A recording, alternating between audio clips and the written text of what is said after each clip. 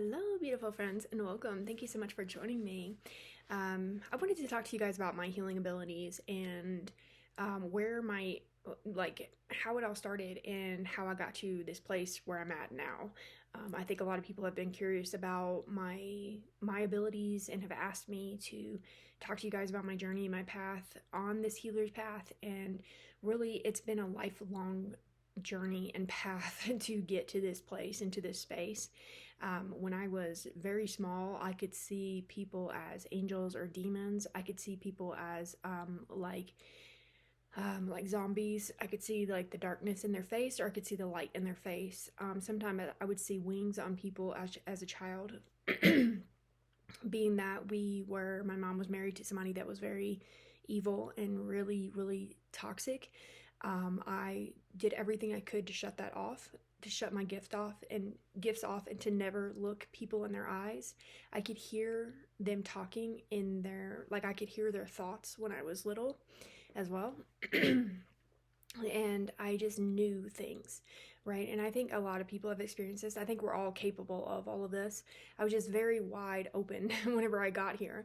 Some of my first memories were, wanting to leave. Like, I can remember my mom leaving for work. My stepdad was already at work, and then we had like a lady who took care of us, and she was different than my first lady that took care of us. My first lady retired, and so this was a new lady, and she stayed home with us, and it wasn't like my first lady who took care of us. And so I remember like sitting outside, and the sun was shining through these trees, and I just remember looking up at the sun like, please get me out of here. Like, I just always felt this heaviness on me, like from the very beginning of like me ever being here. It just felt heavy. Nothing felt light and airy and fun and like childlike, and I'll never forget, I would watch commercials, and I think we all did this, like, and we looked at the toys and stuff like that, and we were like, oh, I want that. Well, there was a doll that had a I don't know if you guys remember, but it had a ponytail where the hair would grow. Well, I ended up getting that for Christmas. I waited the whole year for Christmas, and you move her arm around, right, and her hair grows up and out. Well, I got the toy. The first day, I started pulling her arm to make her hair grow. I know, it's so weird. And her hair got stuck, and like it wasn't like anything on the commercials. And I just knew from that point that everything like was a lie. It just like so triggered me from that point. I was so disappointed. When you wait like months and months and months for a toy, and then you get it and it's like the commercial was such a lie. So my mind has always been like, and I know that's kind of a silly example, but it's like there. So anyways, I shut those gifts off at an early age, and really did everything I could to shut them down. When I became a teenager, as I got older, I was going through a lot of trauma. So I dealt with a lot of paranoia, a lot of pain, a lot of suffering from a young age. And then my mind was always racing, always going. My heart was always beating and always going. A lot of anxiety. And by the time I was 11, I got into a situation where I was offered to hit weed, a joint, and I did. And it was the best feeling in the world. And I thought that I had escaped everything, and I just felt so good. And I was like, oh my God, this is like heaven on earth. So that started my journey of addiction. I think sugar was my very first addiction when I was little. I remember sneaking cupcakes and things like that to stop the pain I was feeling inside. And so I'd go and grab our cupcakes for school, and I would sneak them into my room because I felt so anxious. And every time I'd eat the sugar, it was like I got that little bit of euphoria, that little bit of rush, that little bit of peace, in my opinion, like that little bit of like, oh, it's okay, everything is okay. So anyways, I started using at 11, and then my gifts, my abilities to see and perceive past this dimensional realm were very much aware. And when you start using drugs, it even furthers that, but I wouldn't say in a good way. Like, my abilities now are open in a good way, in a healthy way. When you put substances in your body, especially at a young age, or at any age, to be honest, you're opening up gateways where you have no control and no power of like what is coming in, what is going out. So, because when you're high, you're relaxed, you don't have any control, you're just like laying here, like numbed out and shit like that. And you don't know what's flowing through, coming through the mind, coming through the body, coming through the energy field. That's why I am so against drugs. And I'm really against like people like, like I don't care what you do, but for me, I think that if you want to have like that true stability in that on that enlightened path, and to each their own. Like people are getting there through mushrooms, people are getting there through ayahuasca, people are getting there through acid, not acid. I guess that'd be mushrooms, whatever. Like what is it, DMT and stuff like that. To me, it's like there's a path, a loving, loving, loving path that you can take that does take a lot longer. I will give you that. It took me years upon years to get to where I'm at. But it was the step by step path, the awareness, the consciousness awareness, the days of pain and suffering, the days of joy and heartfelt connectedness. You know, no drug could have gotten me to the place where I'm at now. And so if you're thinking of doing, you know, plant medicine and things like that, you know, just look into it further. Look into like really do your research on your own and question yourself, like, am I an addict? If I, because I, you know, can we become addicted to like doing mushrooms and doing, you know, these ceremonies and stuff like that? Yeah, I think you can. I think you can become addicted to energy work. You know, you can become addicted to getting sessions and feeling that high, and then you get low, and then you get high again, and then you get low. You can become addicted to any of this. Everything is addictable. You know, everything you can become addicted to. So it's like really balancing the mind, because that's where I was going to go next. So I used for 11 till I was 28 years old, and very long time, every single day. I never went without a drug. I always had something stuffed behind that I used, because I could not even imagine being sober for 5 minutes. Like that would have been hell on earth. So I always had something that I was using no matter what. A lot of events happened during that time, a lot of drugs, a lot of different drugs that I used during that time period, a lot of experiences that I've had from that point until I was grown, really intense experiences, really just traumatic experiences too. Sorry, my throat is like. And so at 28, I sobered up and started working at the mental health clinic. And then I'll never forget, it was probably 2 years into my sobriety, and I was sitting at the intake desk, and I had this lady who was methed out, and she was on heroin, and I think she had been drinking, and she stood right here at me. And I'm not sure if I told you guys this, so I do apologize, but this was just a really, really, really big turning point on my path of this like whole reawakening, if you will. And she looked down at me, and I was sitting here typing just like this. And if you look here, you can still see up here. You know, you can look down the peripherals. You know, that's how I see spirit, is when I'm looking, you know, at a certain place, I can see energy moving all around me. Well, for her, when I look down like this, I can see the true self of who she is. So I saw this very, very, very sick, like zombie staring back at me, and I was like, oh dear. When I started seeing that zombie, like literally, it was so sick, I was like, oh, frick, you know? And so I just checked her in real quick, and I was trying not to freak out. I was trying to be as cool as I could be, but also like knowing that she's basically been taken over, you know, if you will, like possessed in a way.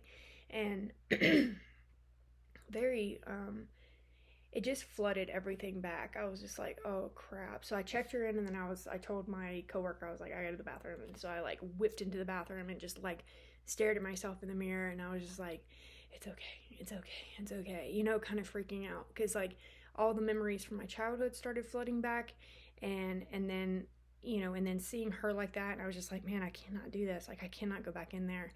And I remember it being like a full moon. I can't remember what full moon, it doesn't matter. I just remember every full moon Our waiting room at the mental health clinic filled up. I'm talking about person after person after person was in there freaking out over something. Like they could not contain themselves. Like you talk about lunatic, like our waiting room, every time I saw it was a full moon, I was like, oh crap, here we go.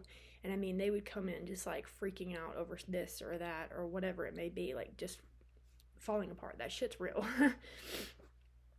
But, and of course, like, the mental health clinic, they're trying to medicate them and, stop them from wanting to, experience whatever they're experiencing. So we just numb them out. So, anyways, that experience happened. And then a huge turn of event happened. My dad passed away. He had been drinking himself to death for like 20 years and finally got pancreatic cancer and then ended up passing away. So when he passed away, I rushed home. We buried him. I came back home. And then, I'm just trying to, go on about my life and, bumbling along. And I'm deep into my sobriety. Deep into my sobriety. Like, going to God every day, doing my prayers in the morning, at night. Like, I'm so rigid. I'm talking about, like, I say rigid in a good way. I should say, like, discipline. My family called me rigid. They're like, what is wrong with you? Like, why can't you come out here and do that? I'm like, I have to go to bed at this time, and I have to say these prayers, and I have to show up, and I knew I had to show up in the morning, and I knew I had to show up at night, and I knew I had to show up during the day if I was feeling icky. And, like, my whole mentality was, who am I serving? Who am I connecting to today? Like, and it was always that God source that, in my opinion, helped me out of that the addiction. Like I don't know how else to say it. Addiction is a prison. You are imprisoned in your mind and your spirit, and when you find that light and you find your way out, you honor whatever that was that helped you get out of that. And to me, it was the light, it was source, it was God, it was what I perceived to be Jesus in a jail cell. Like, it was just so many things, and so I dedicated my life to the light and to source, and dedicated myself to being a vessel for that light, to fully embodying the light. And whatever that was in that jail cell with me, that was guiding me. And it was my intuition that was guiding me to write these prayers down, to read this certain book, to do this, to have this forgiveness ceremony in the jail cell, like, of everybody, of everything, and of myself. Like, there was just so many things that intuitively I was guided to do, that I was like, whoa, what am I doing? And I was just doing it, and it was helping. So I dedicated myself to that light, to that source, to that energy, to that God that was helping me along my path. So when I worked at the mental health clinic for another year after my dad passed. And then in November, a year later, I get a phone call. I just gotten home, 6:00 in the evening, and my grandpa had passed. And my cousin said he did it himself. And, this was my dad's dad. My grandma had been gone for 21 years, so he'd been just down there by himself. I'm in a whole other state. And when I got that phone call, like, when you get the phone call about your dad, like, my dad's like, he had been drinking himself to death for 20 years, you know what I mean? And it had hurt really bad to know that he's gone. But then when you get the phone call about your grandpa, who's, like, been your light source, who always remembered your birthday every year, who always cared for you, who always sent me letters, I'm talking about written letters, like, every year, all of your life, and he does that a week before your birthday, you're just like, holy crap. So I just dropped to my knees that night and had to rush and get on a plane. And so that night, like, my whole life, like, completely changed. I was like, oh my gosh. And being on the sober path, I didn't want to numb myself that night.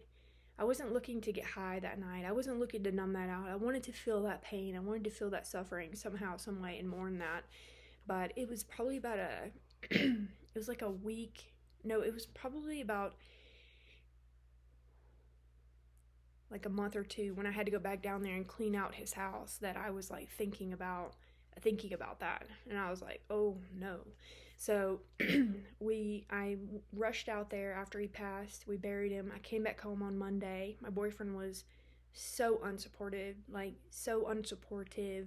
Like he just did not care at all, what I was going through. And so dealing with him, dealing with just the inconsiderate, you know, energy that you receive from somebody is like so hard, especially when they're your partner. So I didn't want to be at home at my mom's house, and I sat in a at the mall. Actually, I sat in the mall's parking lot for probably about a good 3 hours, and at the time I was prescribed Adderall.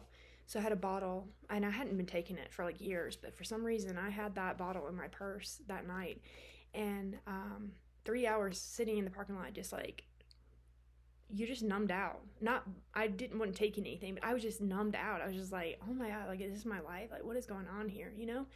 And anyways, after the third hour, I just literally put the car in drive and wound up at this Reiki master,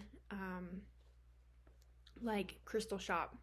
It's not there anymore. They moved on, which sucks, but they were right there off Broadway. I was probably like 20 minutes away too. So I got there at like 7:30. They were about to close at 8 o'clock. But I walked in there and I just looked the lady in the eyes and I just said, is there any way that you can help me? Because I'm about to go down to Denver and start using again, and I can't do that. And I didn't know which one was Reiki Master. My mom had just told me about this place like a week ago.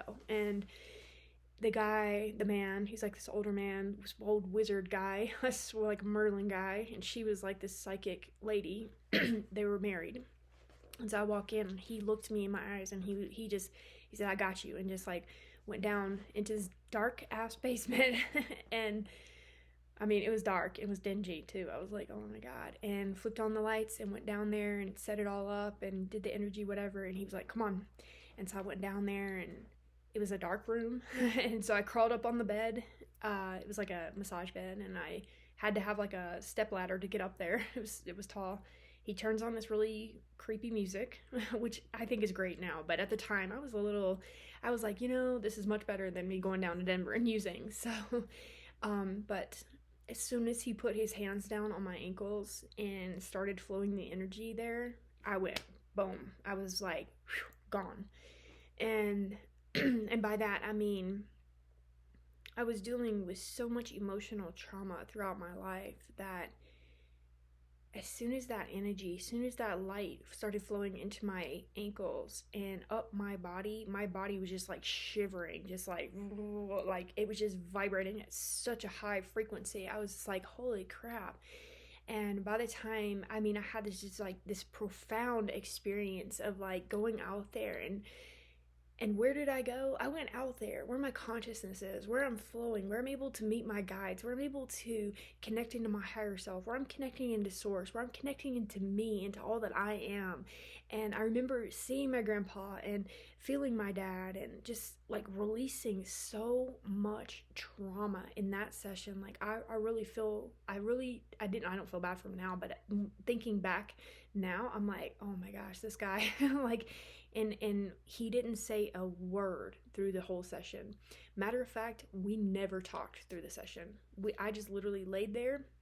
He put his hands in the different positions that of your chakras, and every time I just had one profound experience after the other. But the first time I walked out of there, it was like I said, it was I remember looking up and it being a full moon. It was a dark parking lot. I didn't feel paranoid. I didn't feel scared. I didn't feel fearful. I didn't feel like I needed to look over my shoulder anymore. I felt nothing but love rushing through my body. And when I looked up at that moon and looked at the trees, everything was light and vibrant. And like he expanded my pineal gland and opened my heart to a degree that I was like, this is the medicine that people are missing. And like it was just such a aha moment of like, I've been doing therapy, I've been doing meds, I've been doing this, I've been working out, I've been doing all of these things for all these different aspects of myself. And while yes, everything was helping, this was the medicine, the spirit, the energy. That was the missing piece for me. And I think for everybody. That's why I'm so passionate about the work that I do, because we have to look at all aspects of you, the mental, the physical, the spiritual, emotional, and the universal body, connecting you to all pieces and parts of you. So I went to see him every week for 6 months. And towards the end of the 6 months, and I was still working at the mental health clinic, after my papa passed, I inherited his home and a little bit of money, not a ton, but a little bit, desert, what is it? The things that you get whenever you pass, like you leave money to people or whatever. But anyways, so I got all that, and I was doing the sessions, and I was just like feeling so restless in what I was doing. I was just like, every day somebody was coming in and just their low vibration, their low energy. I would go home at 5 o'clock in the evening and I would go to bed because I was so exhausted from everybody's energies. And I didn't know how to shield myself. I didn't know how to protect myself. And addiction and mental health energies from other people is very, very, very intense. If you've ever been around somebody that is mentally depressed and like ill in a way that is like, it's almost like it's a really harsh energy, and they all loved me, and I knew all of them, and I knew all of their names, and I loved on them, and I cared for them, and they wanted me to be their therapist, and all that stuff. And so I gave and I gave and I gave because I wanted them to know, I love you, I see you, like, even in your sickness, even in your depression, even in your anxiety, even in your addiction, I see you, I love you, like, I know you, I know your mom, I know your dad, I know you, you're gonna get better, don't worry. And that took a lot of energy by the time I got home, trying to not necessarily love on them, but just being there in that environment and in that energy. So after the 6 months, my little sister moved to Hawaii and wasn't doing well. And so she asked me if I could come out, and I was like, I'm gonna take this opportunity and just go. Like, I don't have anything holding me back. And once I got out there, I was like doing long distance with my guy here, but it wasn't what I wanted or needed. So I started researching healers in Maui and ended up working with this angel Reiki master. Like, she's literally an angel in Hawaii.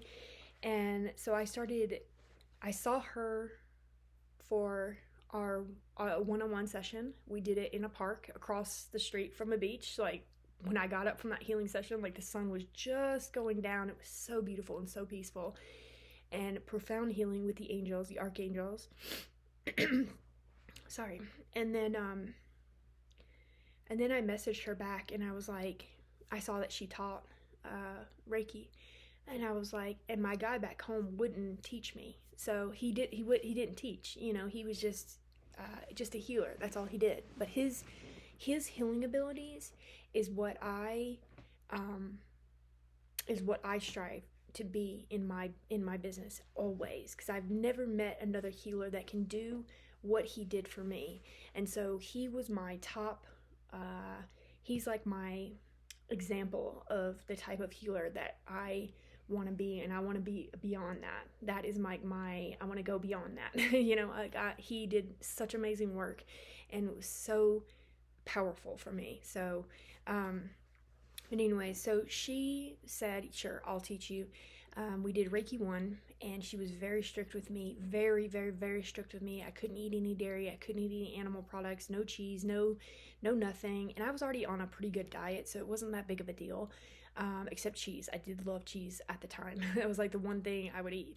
So, but I couldn't do any of that. I had to go pure, like, vegan, and water and healings every day and on myself, and just, I'm talking about like honing in on me.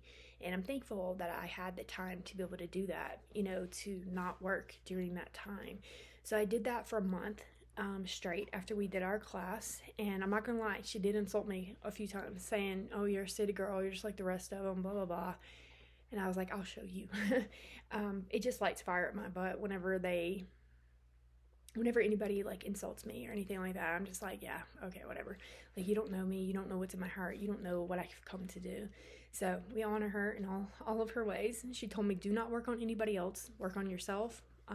During that first 30 days, you can work on the earth, you can work on the trees, you can work on the animals and stuff like that. So I did that. And I came back 30 days later and we did Reiki 2. And I do want to just say this, like Reiki 1, like we did it in Hawaii, on a beach at a park. Like I said, that same park, and the beach is right here. The sun's like right there, just pouring down on us. And she did the Reiki 1 attunement on me. And on my back, she literally had to do the attunement again on me because I had built up such a big, thick wall that she could not, like, and she's powerful. She's powerful. Like, she'd been doing this work for 40 something, 40 or 50 something years. Like, she was older. And she was like, I've never seen this before. And when she had to do the attunement again, on me. And when she did it the second time, I'm talking about, you want to talk about light pouring in? Oh my God. I had never felt such ecstasy in my life. And I mean, like, ecstasy in the way of like pure love for everything, everybody, every aspect of me and who I am, her, the sun, the beach, every grain of sand, every person that I came across, every person there. Like, it was like so profound. And like every traumatic situation that I had ever experienced in my life felt okay in that moment. Like, it just felt like that's the way it was supposed to be. It was like so profound in so many ways. And so we did that. And there's a purge. Oh, there's a purge, and by that I mean anything in your body, mind, heart, and spirit that is keeping you from holding that very, very pure, holy light is going to be purged out of you. Meaning any personality traits that are like, if you get an attitude really quick, if you are triggered really easily, if you're emotionally immature, if you're harboring hate and anger towards yourself, towards family members, towards a race of people, you're going to be purged of all of that. And it's like, you're going to be, I don't want to say brought to your knees, but you are sifted through, and it's so powerful. Like, I would do that 1,000 times over to get to this place right here, because you wind up in a place of unconditional love for everything, everybody, and you don't harbor hate. You don't care about things that are not important. You care about people and their hearts and who they are, and like, you don't care about the stupid crap that people worry about today. All that stuff goes out the window. So anyways, that was Reiki 1. I went back a month later. We did Reiki 2.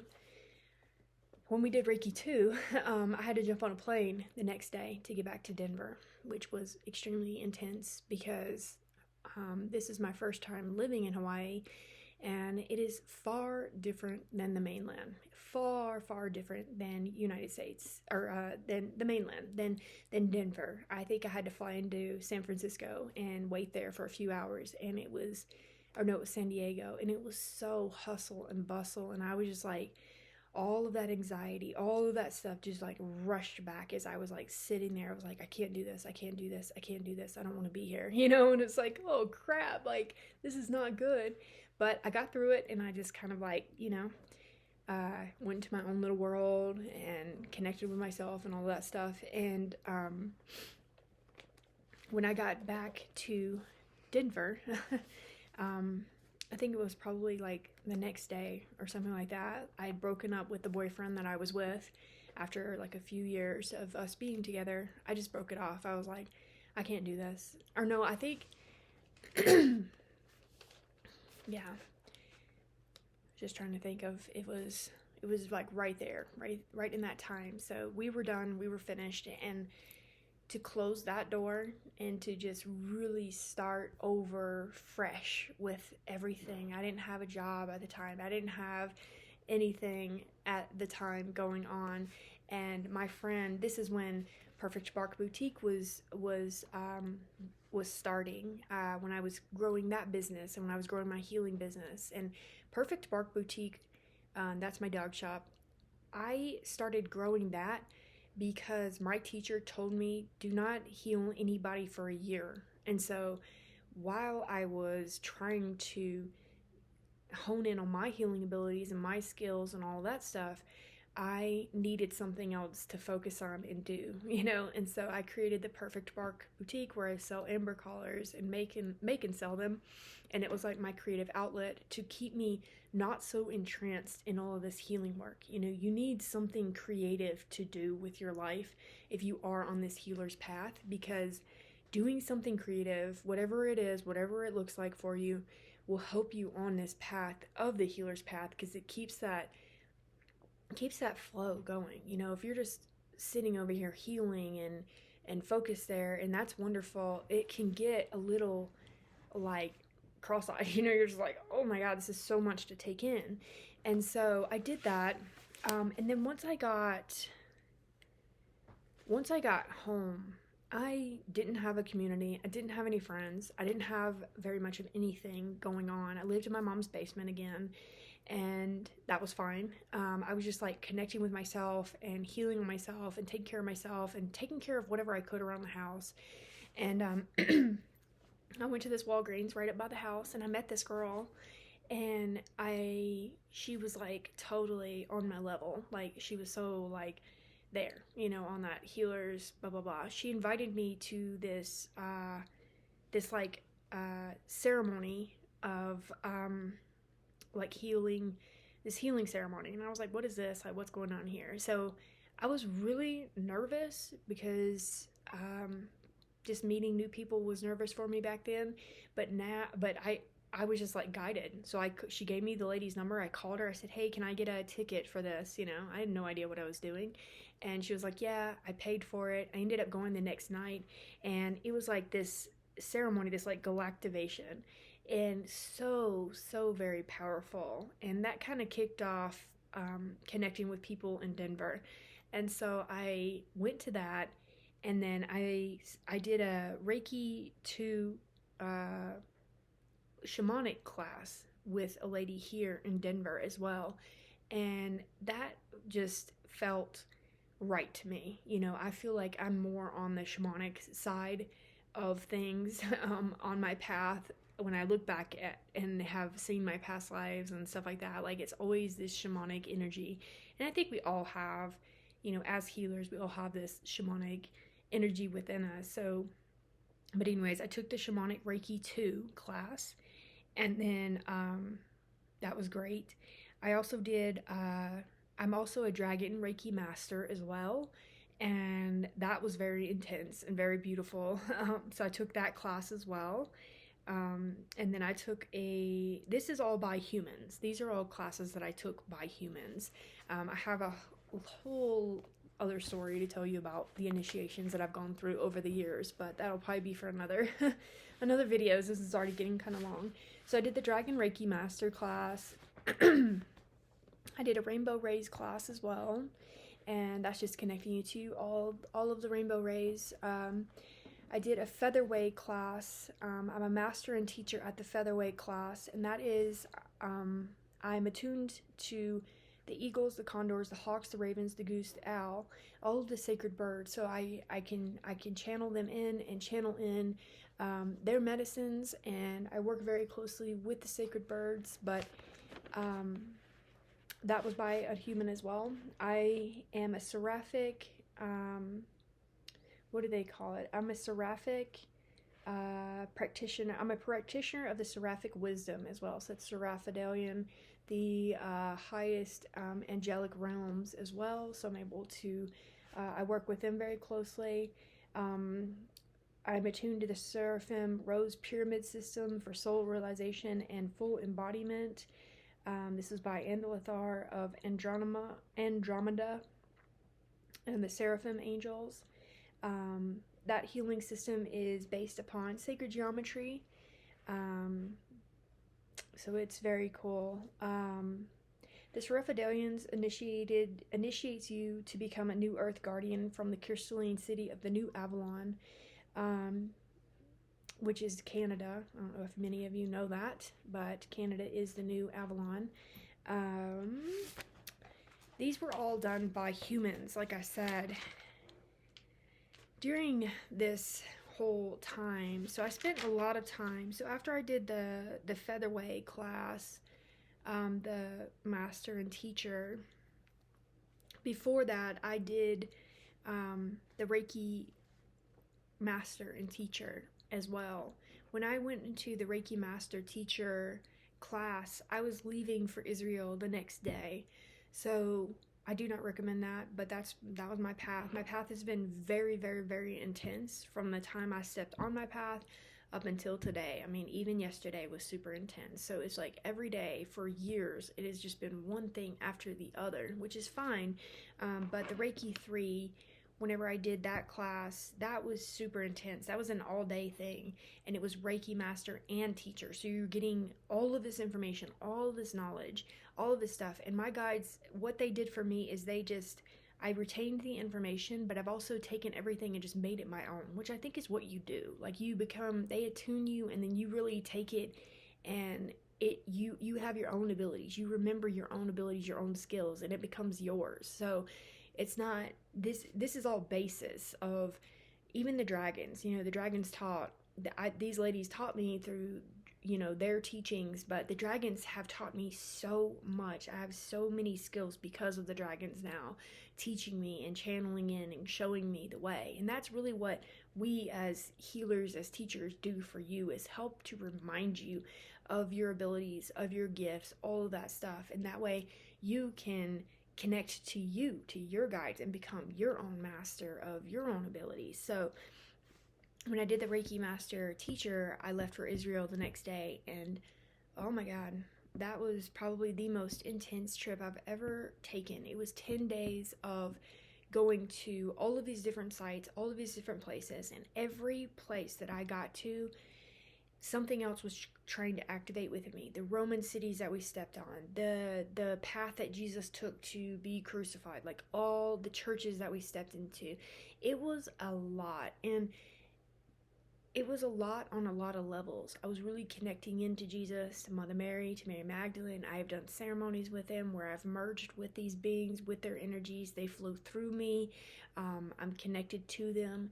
And same with other guides. Like, we have become one and have merged basically together. I've pretty much merged with the universe. So any kind of frequency that I want, I can create and hone into that specific frequency. And I know that sounds weird, but that's what happens when you are on this path and your body becomes fully crystalline, where you have all of these downloads, where you are fully awakened, fully aware, fully connected to source, fully attuned to that golden energy. You are that source, God, creator. Not to say I am, you know what I mean? Like, we are that energy. That energy is us, and we are able and capable of honing in into any frequency on this planet that you want to be. That's the coolest part about all this for me, is like, if I call in Archangel Michael, that energy flows through me. If I call in Jesus, that energy flows through me. If I call in the energy of amethyst flows through me. I can feel the shift of the energies, and I know the energies very well because I know me very well, and I know my guides very well. I can even hone in and channel through the energies of the planets, like Jupiter, the moon. Actually, I don't know about the moon, but like the actual planets, like Jupiter is one. I am a Jupiterian, so I can channel that in. Mars energy, you could feel the different frequencies. The sunshine, for sure, I can always channel in. I can feel the frequencies changing as I'm saying their different names. Jesus, I can feel the Christ of white light shifting and changing right now in my body. So it becomes like, that's the ultimate goal, I think, as a healer. I think as a human on this planet, to know that we can do this. And does it take a while? It took me a long freaking time to get here. But I think it took me such a long time to get here because the initiation, when I watched a video about the Rosicrucian, and he talks about all the initiations, I'm like, that's exactly what I've been going through. Like, I've been literally just initiated for all of these years by the source, going through the fires, going through this, having to hone in on all of the aspects of myself. And I think,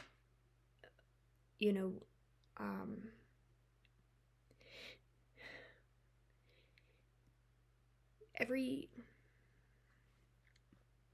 trying to figure out where I'm wanting to go with this, because it's like every aspect of like all of these different pieces and parts of me have been reactivated within me. So my ancient roots, my ancient times when I lived in these different societies in Lemuria, in Mu, in Atlantis, when I was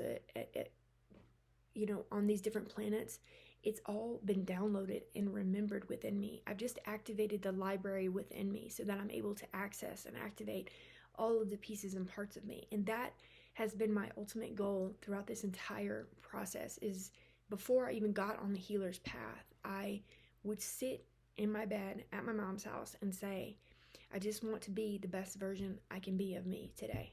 I just want to be the most expanded, best version of me. And obviously, as I grew, I knew when I started getting the healings and my mind started to expand and the consciousness started to expand and connect into the source, I knew the path. I was like, oh yeah. I was like, I believe that I can connect fully in to that God source energy. And that has been my ultimate goal. And to get to that place where I can connect into that source at any point in time. And just in the last week, there's been so much intense energies going on, and I'm going to do another video about the pyramids. I'm just trying to give it a little bit of time in between what has happened and my own mind, and not being connected in that way. So, but for the last, few days, I just connect right into that spiral of angels going all the way up, all the way up, all the way up, all the way up, and then the source right there. And it's like I just connect into that, and that is what is surrounding me. That's what's around me. That is what is around you. And we have to just be able to connect into that. But it was layers to get to that. It was like coming from the bottom to the top, as far as your consciousness goes, as far as like being able to hold these frequencies within you, to be able to hold that amount of light. Your body has to do massive, massive upgrades, and to be able to hold those frequencies, because we've been living in such a low frequency, a low 3D frequency and vibration, that when I first started getting these intense downloads, it was making me sick. It was making me like not feel good, like mentally, and then physically I was like nauseous and sick and headaches, and my eyes were just like, they would just like hurt so bad, because my eyes were shifting to be able to see more of that multidimensional energy in my right now. Like not when I meditate, not when I close my eyes, but like now, being able to upgrade the eyes and the eye to be able to see the multi dimensions as I'm sitting here. So obviously that's probably for another video as well, as far as like the initiations that I've gone through over the years. But these are the activations and the classes from humans that I've taken. Now, like I said, the teachers of these classes are going to give you the attunements. I'll give you the attunements if you work with me, and Spirit is going to teach you along your path. And there's a dedication that comes with being a healer, with being an enlightened being. There's a dedication, there's a discipline that has to take place. And and I'm not saying this for you, I'm just saying, like, we can't just think we can scroll through, Facebook and YouTube and Instagram all day and see these enlightened other beings, and they're like putting their, information out there, and then we think, oh yeah, I understand that.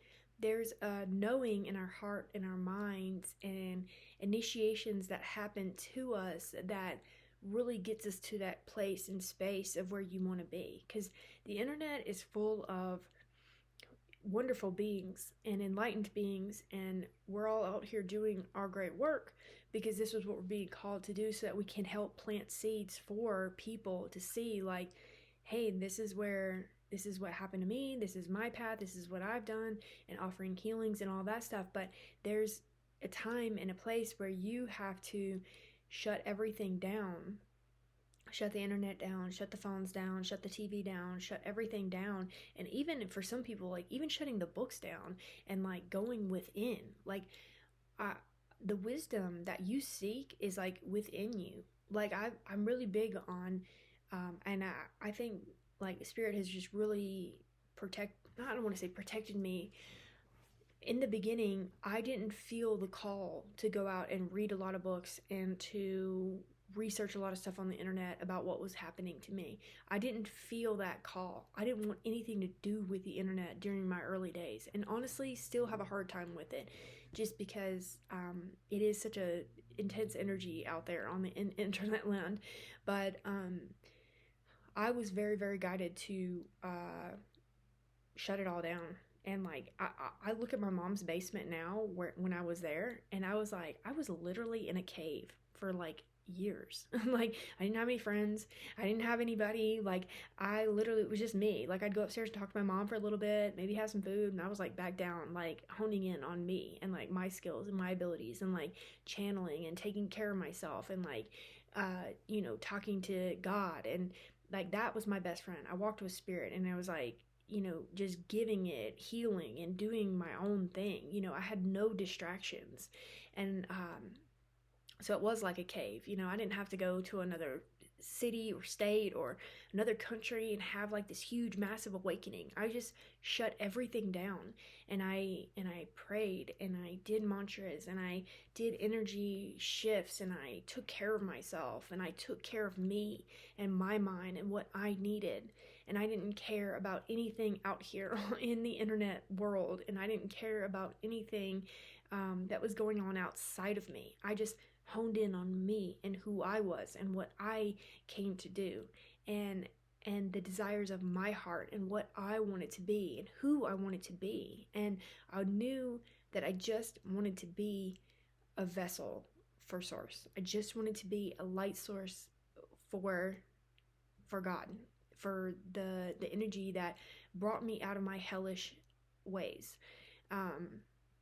And I honor that energy every day, and I honor myself for fighting my way out of addiction and fighting my way out of the trauma and the pain that I had suffered through. And it was a fight to get out of that, because I could have easily just given up many, many, many of times. And I just said, F it, like I can't do this. And I had many of days where I was like, I don't know if I can do this. And I would just go to sleep, or I would, do whatever I needed to do to get myself out of that energy. And there were many of days where I was stuck in like a psychosis. My addiction coach, teacher, God bless her beautiful, beautiful heart and soul, she helped me in so many ways. But in my early days, I would get stuck in psychosis, like in a group of people. I would just be sitting there, and everything would be shifting and changing and moving, and I was just like, I could see them, but I was like in a trance. And I was like, what in the frick is going on here? And now I know I was shifting and changing. And I mean, there's just been so many crazy, wonderful, weird experiences throughout this journey and through this path. And I know some of you have asked me about my abilities and things of that nature. And those are the classes that I took. And what I work with mainly now is, obviously, when I have a session with anybody, if you are from a specific, let's say, planet, like say you're from, like say you're a Pleiadian, I will be downloaded with your codes, with what you are needed before our session, and the codes will begin to flow down from above, down on the bed, or in the healing session, wherever you are, and they will begin to activate you, your mind, body, and spirit.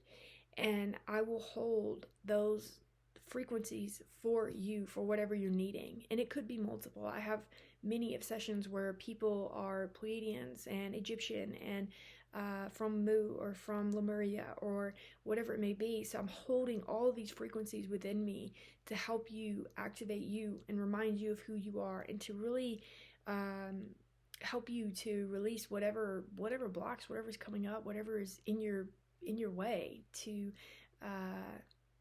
get you on the path where you want to go. So I hope this was informational for you guys. I'll do another video about my attunements with spirit and how that looked and how those experiences were for me. So I'll see you next video. Bye guys, love ya.